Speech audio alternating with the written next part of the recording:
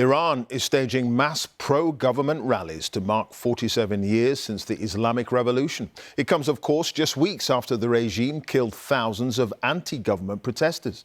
But addressing the crowds today, the country's president, while denouncing Iran's enemies, also apologized for government failings. It all comes as Donald Trump hosted Israel's Benjamin Netanyahu at the White House. After the meeting, the US president said in a social media post that talks with Iran over its nuclear program would continue. Lyse Doucet is in the capital Tehran and allowed to report on condition none of her material is used on the BBC's Persian service, a restriction that applies to all international media organizations operating inside the country. Today, a surge through the main artery in the heart of Tehran and across this country. The loyal foot soldiers of the Islamic Republic. Death to America, death to Israel, its signature slogans. And from the president, an accusation that America and Europe had incited the recent protests he called riots. But he had a different message for Iranians calling for an end to a painful economic crisis. I apologize to our noble people for our shortcomings. We in the government are making every effort with all our strength to resolve all these problems. Today, a public holiday also helped families forget some of their daily woes.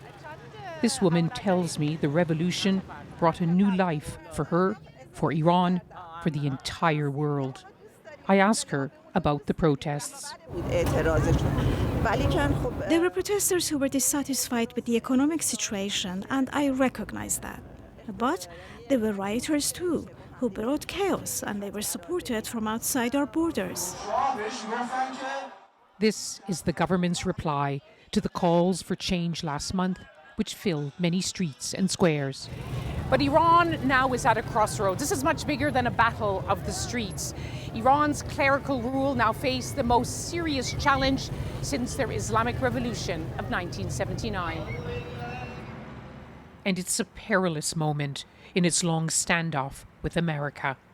We went to the former embassy, now a monument to distrust, going back to the 1979 hostage crisis. Dozens taken captive.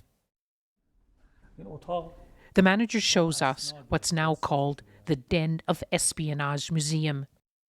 I asked whether diplomacy had any chance of success.